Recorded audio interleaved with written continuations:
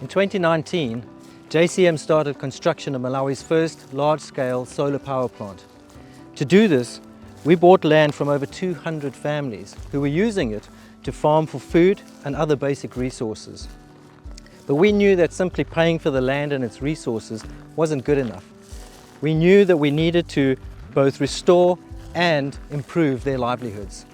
At JCM, we view livelihoods holistically through 5 key areas. These are natural, social, human, physical, and financial. We call these livelihood capitals. Since the end of construction, we've invested in over 40 different initiatives and programs targeting each one of these capitals. This includes programs such as improved farming, youth skills training, access to microfinance, and financial literacy training. This has had an incredible impact on the lives of these people. My name is Lefson Masamba, a community liaison officer for the Salima project. An important part of my job is implementing the livelihood restoration program. I've seen the positive social and economic growth these programs have had on our project affected people, including Griselia Msesa's household. JCM adafika analigula malo yochuluka 2.6 acres. Panopa atakhala tikupindula nzaka zinayi zapitazi tsopano. Mori zine zimene achita JCM mbuzi ndizi. To restore livelihoods, our biggest program has been the Ulimini Moyo, meaning agriculture is life. We have supported families such as this with land clearing, land preparation, assistance with planting, and linking them to formal markets. We also provided people with improved seed and farming supplies and provided ongoing technical support through our team of field officers. We have adopted a learn-by-doing approach so that these families will have the knowledge and tools to do it themselves in the future. Taphunzira kudzala chimanga mosabwereza komanso kadzalidwe kake taphunzira kuti lizidzala kamodzi. Atiphunzitsanso kupanga fereleza wa mbeya manyowa. Uyoyo atithandize chifukwa cha fereleza wadula kwambiri komanso tili ndi kuthekera kofikira azilangizi aboma chifukwa idapanga ubale. Atigayira kholowa moti tadzala. Chosangalatsa zedi chifukwa tikudya mbatata ina nkumagulitsa. Moti m'matupi mwathumu kumbali ya zamagulu zulowa ndithu. Vulo linalira kasamalidwe ka ziwero. Ziwero timaweta koma sitimadziwa kuti tingazisamale bwanji. Ndiye zimapezeka kuti zimafa.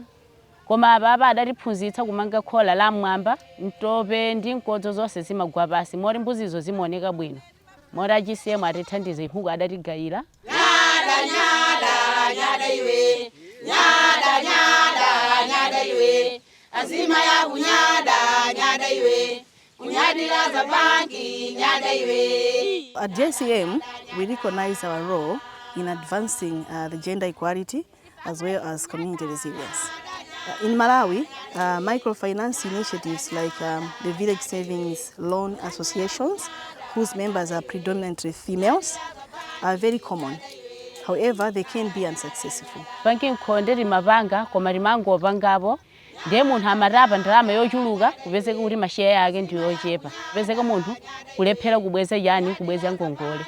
So we identified that just with a slightly different approach, we could support them in improving their livelihoods. Zomwe atiphunzitsa kashedwe ndi mmene munthu angatengere ngongole. Munthu akumatenga ngongole yosaposera mashare yake. Chomwe sichikutivuta kubweza ngongole ku banking konde.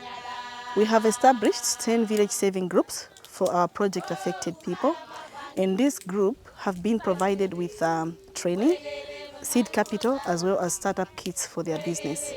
Through access to finance from this group, Glyceria has been able to rent additional land for farming. When we invest in these women, we invest in stronger and more sustainable communities.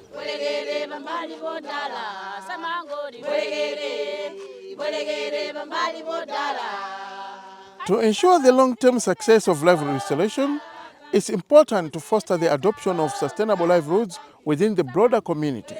We have therefore focused on integrating community-wide activities alongside the implementation of our livelihood restoration through our community development activities. This storage warehouse was built by JCM and handed over to the community. It allows community members to safely store their harvest, protecting it from theft and pest, thereby promoting food security.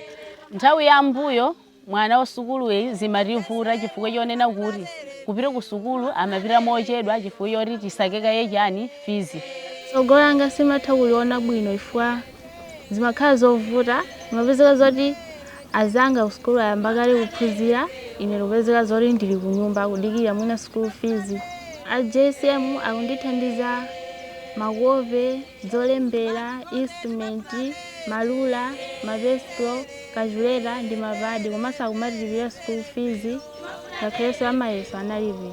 Through our bursary support program, Glyceria's daughter is now able to dream of a better future.